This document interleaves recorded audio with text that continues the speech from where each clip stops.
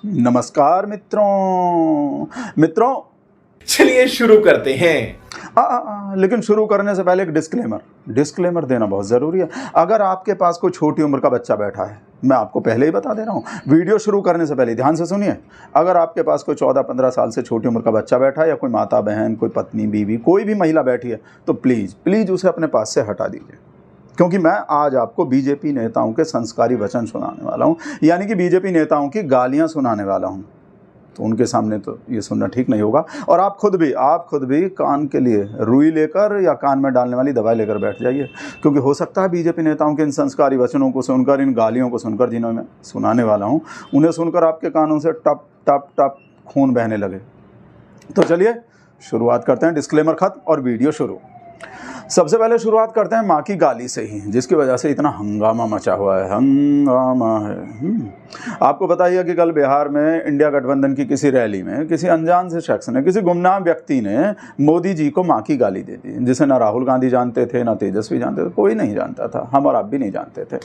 जिसके बाद बीजेपी, मोदी और भक्त मंडली सब पूरे देश को सर पे उठाए हुए हैं और राहुल गांधी से माफ़ी की मांग कर रहे हैं और राहुल गांधी को काले झंडे भी दिखा रहे हैं। इसलिए आज मैं आपको बीजेपी के छोटे भैया नेता से लेकर बड़े भैया नेता तक, यानी बीजेपी के छोटे नेता से लेकर देश के सीएम पीएम तक सबकी गालियां सुनाने वाला हूं। धीरज से सुनिएगा, धैर्य रख के सुनिए और कान के लिए रुई रख के सुनिएगा। तो शुरुआत करते हैं माँ की गाली से ही। मोदी जी को माँ की गाली देने वाला तो कोई ना मालूम, कोई अनजान शख्स था, जिसे राहुल गांधी तो क्या बिहार का भी कोई नेता नहीं जानता। लेकिन 2019 में बीजेपी के जिस नेता ने राहुल गांधी को माँ की गाली दी थी, वो संस्कारी महानुभाव तो हिमाचल प्रदेश के बीजेपी अध्यक्ष थे, सतपाल सिंह सत्ती। तो सत्ती जी के संस्कारी वचन सुनिए मित्रों। शर्मा ने कहा कि मैं आपको यहाँ बोल के नहीं, मैं आपको कहते कि बोल नहीं सकता, क्योंकि इतना राहुल जी के बारे में हम भी नहीं बोल सकते, क्योंकि एक पार्टी के नेशनल लीडर है और 3 बार के एमपी है। मैंने कहा लिखा क्या बोल के दो, कहते लिखा नहीं, आप थोड़ा फेसबुक के ऊपर पढ़ो, देखो हमसे भी ज्यादा गुस्सा लोगों को। तो उसने लिखा है, यदि मैं तो फिर बाहरी मन से मैं बोल रहा हूँ, उसने लिखा है कि अगर इस देश का चौकीदार चोर है, अगर तू बोलता तुम। वाह क्या सीन है, वाह क्या सीन है, वाह वाह वाह क्या सीन है। माद ये कोई ऐरा गहरा बंदा नहीं है उस बिहार वाले की तरह। एक राज्य के अध्यक्ष थे बीजेपी के, एक राज्य के अध्यक्ष थे सतपाल सिंह सत्ती जी, संस्कारी। लेकिन आपने किसी को ऐसे काले झंडे दिखाते हुए देखा था मोदी जी को, या मोदी जी से माफ़ी की मांग करते हुए मोदिया वाले को देखा था किसी को, जैसे अब मोदी जी माफ़ी मांग हो रही है? ना जी ना, संस्कारी लोगों से थोड़ी माफ़ी मंगवाई जाती है। चलिए अब आगे बढ़ते हैं अगली गाली की तरफ, लेकिन क्रोनोलॉजी के हिसाब से मित्रों, क्रोनोलॉजी के हिसाब से चलेंगे। बीजेपी के सबसे बड़े वाले और दुनिया के भी सबसे बड़े महामानव के संस्कारी वचन सबसे लास्ट में सुनाऊंगा, सबसे लास्ट में, क्योंकि सबसे ज़्यादा संस्कारी वचन महामानव के ही हैं। लेकिन उसके लिए आपको वीडियो लास्ट तक देखना पड़ेगा। सब्र का फल कड़वा होता है, वैसे तो मीठा होता है, लेकिन आज कड़वा होने वाला है, क्योंकि आज आप गालियाँ सुन रहे हैं। आज कोई आप मीठे वचन थोड़ी सुन रहे हैं, तो आज सब्र का फल मीठा नहीं होगा, कड़वा होगा। आपको वीडियो लास्ट तक देखना पड़ेगा। तो चलिए अब आगे बढ़ते हैं अगली गाली की तरफ। बीजेपी के संस्कारी नेता ने तो देश की पार्लियामेंट, देश की सर्वोच्च पवित्र पार्लियामेंट को पवित्र किया था अपने संस्कारी वचनों से। मोदी साहब श्रेय नहीं ले रहे, श्रेय ले रहे हैं देश के वैज्ञानिक। ओए बड़े, ओए उग्रवादी, श्रेय ले रहे हैं। ए उग्रवादी, बोलने नहीं दूंगा कभी खड़ा होगा, ये बता रहा हूँ। ए उग्रवादी कटवे, अरे ये मार्लिना, ये तो सिंह बन गई भैया, चेहरा ही नाम बदल दिया। केजरीवाल ने बच्चों की कसम खाई थी, भ्रष्टाचारी कांग्रेस के साथ नहीं जाऊंगा।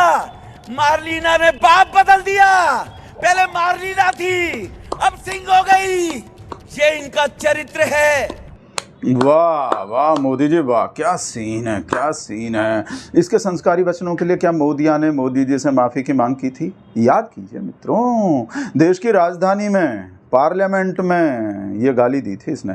और मोदी जी ने देश की उसी राजधानी के मुख्यमंत्री जिसे बनाया है, गुप्ता जी, रेखा गुप्ता जी, उन्हीं रेखा गुप्ता जी ने पूर्व मुख्यमंत्री अरविंद केजरीवाल की माता जी के लिए कैसे संस्कारी बातें कही थी, कैसी संस्कारी बातें कही थी, ऐसी संस्कारी बातें। पढ़िए ध्यान से। अरविंद केजरीवाल, दिल्ली तेरे बाप की नहीं है जो तू यहाँ मुख्यमंत्री बनकर बकवास कर रहा है। दिल्ली जनता की, और जनता ही तुझे तेरी माँ की कोख में वापस भिजवाएगी। कमीना कहीं का। ये दिल्ली के मुख्यमंत्री के बोल हैं, उस वक्त के दिल्ली के मुख्यमंत्री के लिए, जो अब दिल्ली के मुख्यमंत्री हैं। वाह, संस्कार हों तो ऐसे।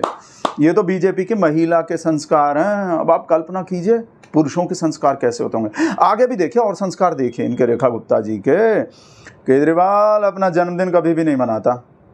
केजरीवाल अपना जन्मदिन कभी नहीं मनाता। उन्होंने अपनी माँ से घटना का वीडियो मांगा था जिसे वो दे नहीं सकी थी।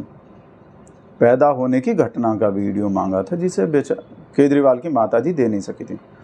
वाह मोदी जी वाह, क्या सीन है, क्या सीन है। कैसे फूल झड़ रहे हैं रेखा गुप्ता जी के मुंह से। वाह मोदी जी वाह, क्या सीन है। अभी तो आगे देखिए मित्रों, इन्हीं रेखा गुप्ता जी की सरकार में जो मंत्री जी हैं, वही आपके घर में घुस के बहन बेटियों का रेप करने वाले प्रवेश वर्मा जी, उनके भी संस्कार देखिए और सुनिए आप। हजारों लाखों कमीने जब वो मरते होंगे तब एक ऐसा ये जो है ना पैदा होता होगा। इससे घटिया इंसान भगवान करे उसको जीते जी कीड़े मकोड़े पड़े। आप तो जानते हैं कि मोदी जी के पार्टी के नेताओं और समर्थकों के उद्गार और संस्कार माताओं बहनों के लिए कुछ ज्यादा ही उमड़ते हैं, जैसे इनके उमड़ते हैं। प्रेम नाम है इनका। बहुत प्रेम भरी बातें करते हैं, बहुत संस्कार की बातें करते हैं। सुन लीजिए और देख भी लीजिए। वाली इंदिरा गांधी, अरे तलवे तुम जानते हो, तेरा बाप जानता है, तेरी मां वाली है, तुम्हारा खानदान। नहीं मैं इस बहुत ही घटिया तरह की भाषा का इस्तेमाल हो रहा है, प्लीज। वाह क्या सीन है, वाह क्या सीन है। ये मुल्ले जो है ये व्हाट्सएप पंडित जी एक दूसरे पर सुअर जो बैठा है, मनोज यादव एक मिनट अनिल यादव को लाइए। हाँ मैं यादव हूँ, सुअर बाड़े भेजने की जरूरत है। अरे एक मिनट अनिल यादव को लाइए। इस आदमी Prem Shukla ji please sir, Prem Shukla ji please, Prem Shukla ji please शांत हो जाइए sir, please Prem Shukla ji please. नहीं ऐसा नहीं हो सकता, मैं नहीं अलाउ करूंगा आपको बोलने के लिए। प्रेम शुक्ला जी मैं नहीं अलाउ करूंगा सर। नहीं sir please please Prem Shukla जी नहीं, वो बकवास नहीं प्लीज प्रेम शुक्ला जी आप मत तय करिए क्या बकवास। प्रेम शुक्ला जी प्लीज। आपने देखा ये मोदिया का ही एंकर बीजेपी वालों के सामने कैसे प्लीज प्लीज प्लीज प्लीज, अपना ही एंकर, अपना ही गोदी का एंकर भी नहीं सुन पाया। इतने प्रेम भरे उद्गार और संस्कार हैं इनके प्रेम शुक्ला जी के कि वो पूरे time please please please please करता रहा। और ये कोई वो बिहार की रैली वाले उस बंदे की तरह कोई अरे गहरे नहीं है, राष्ट्रीय प्रवक्ता हैं संस्कारी पार्टी के। मोदी जी ने इन्हें राष्ट्रीय प्रवक्ता बना रखा है, उस गालीबाज की, उस बिहार वाले गालीबाज की तरह। लेकिन क्या आपने प्रेम शुक्ला जी के इन प्रेम भरे संस्कारों के लिए, इन संस्कारी वचनों के लिए किसी मोदिया वाले को देखा मोदी जी से माफ़ी की मांग करते हुए? देखा क्या? किसी को काले झंडे दिखाते हुए देखा क्या इनके इन वचनों के लिए मोदी जी को? नहीं देखा होगा। चलिए कोई बात नहीं। अब नेक्स्ट संस्कारी, परम संस्कारी राजा साहब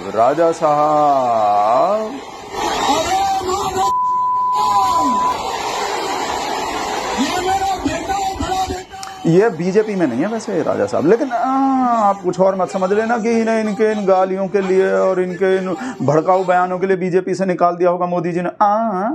बिल्कुल भी नहीं।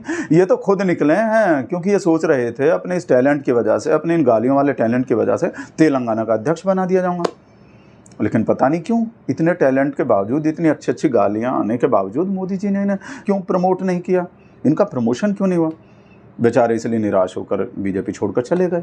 इन्हें निकाला नहीं गया था, खुद छोड़कर गए राजा साहब जो हैं। अब नेक्स्ट गालीबाज चूना वाला, नहीं पूना वाला। जब तक ये कांग्रेस में थे ये पूना वाला साहब जो है, तब तक तो संस्कारी नहीं थे। लेकिन जैसे ही बीजेपी में आए, भाई आपको पता है बीजेपी में होने की, बीजेपी में रहने की पहली शर्त संस्कारी होना ही है। तो इन चूना वाला और पूना वाला ने भी झाके साहब 2, याद आपको, झा के साथ 2 मिलाते हुए कैसे अपने नए नए संस्कार दिखाए थे बीजेपी में शामिल होते ही। भी बोल सकता हूं कि संजय झा झावन और ऋतुराज झा झाटू, मैं भी बोल सकता हूं झाटू हो आप, पर मैं नहीं बोलता हूं ये सब बातें, है ना। ऐसी बातें मैं भी कर सकता हूं। प्लीज ये सब मत कीजिए, please don't do all this, please don't do all this. मतलब बोल भी रहे हैं और फिर भी मना कर रहे हैं, मैं नहीं करता ऐसी बात, कह भी रहे हैं, कर भी रहे हैं, बिल्कुल अपने आदरणीय परम आदरणीय मोदी जी की तरह। अब मिलिए बीजेपी के गाली सम्राट से, यानी बिहार के उप मुख्यमंत्री सम्राट चौधरी जी से, जो खुद ही अपने मुंह मियां मिट्ठू बन रहे हैं और अपने गाली वाले संस्कार बता रहे हैं। और कैसे बता रहे हैं वो भी आप देख लीजिए। अरे सिर्फ मेरे तरफ देख लीजिए, मैंने क्या किया, विरोधी दल का नेता हुआ तो एक नेता को इतना गाली दिया कि पूरे प्रदेश में सिर्फ सम्राट चौधरी दिखने लगे। भारत की जय। गलत बोल रहा हूं क्या? बताइए गलत बोल रहे हैं क्या? इसी टैलेंट की वजह से तो भाई पूरे प्रदेश में इनका नाम हो गया। एक किसी को इतना गाली दिए, इतना गाली दिए, अगली बारी भी संस्कारी की बिहारी की, अगला संस्कारी भी बिहारी, और इनकी तरह संस्कारी बीजेपी के प्रदेश अध्यक्ष दिलीप जायसवाल जी के पास तो कितना माल है, कितना खजाना है, क्या क्या है। अरे गाली बकना, उल्टा सीधा बोलना, हमको बोलिए ना 50 गाली राहुल गांधी को बक देंगे। हमारे गांव में तो और खतरनाक गाली सब लोग बोलता है। मास्टर को भी बोलते थे, पढ़ाने के वक्त तो बोलते थे मत तोरी मैं मास्टर बाग के ना पढ़ तो कौन गाली? ये राहुल गांधी को पता नहीं है। ए राहुल, तुम्हारी इतनी हिमाकत है तो दिलीप जायसवाल का गाली का पूरा एक डिक्शनरी है, आप शायद सुने भी नहीं होंगे। ऐसा ऐसा गाली मैं जानता हूं, आप शायद सुने भी नहीं होंगे, ऐसा ऐसा गाली जानते हैं। बीजेपी के प्रदेश अध्यक्ष बिहार के दिलीप जायसवाल जी, पूरा डिक्शनरी है भैया इनके पास, तो पूरा डिक्शनरी है, जितना भी आप सुनना चाहें उतना ही, ऑन डिमांड बिल्कुल एकदम सेकंड में। विधायक, सांसद, मंत्री, उप मुख्यमंत्री, इन सब का गाली तो आप सुन लिए। अब चलते हैं टॉप लेवल की तरफ। टॉप लेवल यानी मुख्यमंत्री और प्रधानमंत्री की तरफ, जिसका आप इंतजार कर रहे हैं बेसब्री से, जिसका आप अभी तक वेट कर रहे हैं। तो पहले छोटे वाले महामानव, छोटे शेर, छोटे फैन, छोटे संस्कारी हिंदू हृदय सम्राट। कोरोना वैक्सीन मुफ्त में उपलब्ध कराने के लिए आदरणीय प्रधानमंत्री जी का,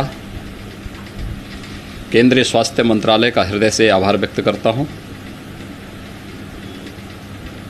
देश के वैज्ञानिकों का अभिनंदन करता हूं। क्या करते हो चूतिया अपने कर। वाह क्या सीन है, वाह क्या सीन है, वाह क्या। तो भाइयों बहनों, परिवारजनों, छोटे के बाद बड़े का नंबर, छोटे भैया के बाद बड़ भैया, सबसे बड़े वाले विष्णु के अवतार, मर्यादा पुरुषोत्तम प्रभु श्री राम के अंश, जैसा कि कंगना दीदी बताती हैं।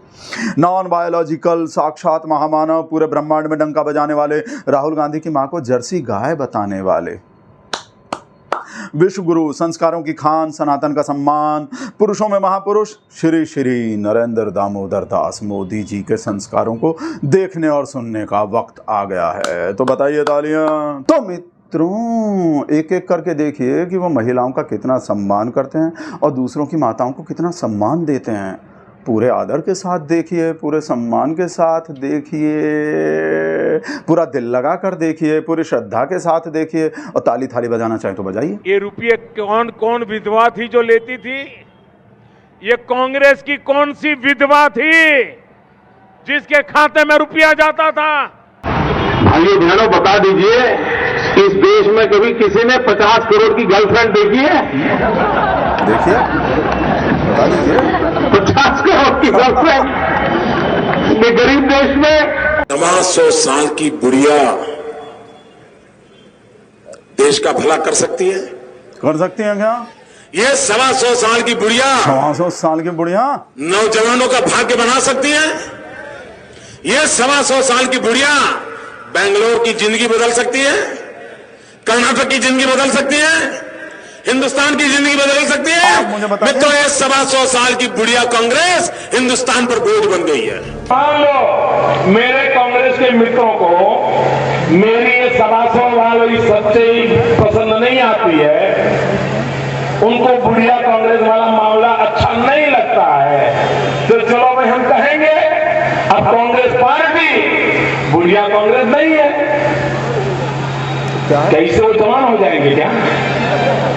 उनकी 700 साल की उम्र कम हो जाएगी क्या? तो आज से हम ये कहना बंद करेंगे कि भाई कांग्रेस 700 साल की बुढ़िया नहीं है, कांग्रेस गुड़िया कांग्रेस है। मैंने तो पहले ही कहा था कि इनकी बड़ी ने मैंने पार्लियामेंट में कहा था, तब तो चुनाव को 2 महीने की 3 महीने की देर थी। मैंने कहा था इनकी सबसे बड़ी नेता चुनाव लड़ने की हिम्मत नहीं करेगी, वो डर के मारे भाग जाएगी। और वो भाग करके राजस्थान गई और राजस्थान से राज्यसभा में आई और हुआ भी यही। डिस्लेक्सिक बच्चे ऐसे बच्चे होते हैं जिनकी लर्निंग और राइटिंग पेस बहुत ज्यादा स्लो होता है, बट उनकी इंटेलिजेंस और क्रिएटिविटी लेवल काफी अच्छा होता है। जैसे कि हम तारे जमीन पर मूवी में दर्शीन रावल का जो भी क्रिएटिविटी लेवल था वो काफी अच्छा था। तो कोई 40-50 साल के बच्चे को भी ये योजना काम आएगी? हाँ सर, आएगी। फिर तो ऐसे बच्चों की माँ बहुत खुश हो जाएगी। सम्माननीय आदरणीय दीदी, आदरणीय दीदी, ओ दीदी, ओ दीदी, दीदी, दीदी, ओ दीदी। वाह क्या सीन है, वाह वाह क्या सीन है। मोदी, ओ मोदी, मोदी, ओ मोदी, तो कमाल हैवी ड्राइवर हो भाई, संस्कारों का बहुत हैवी ड्राइवर हो।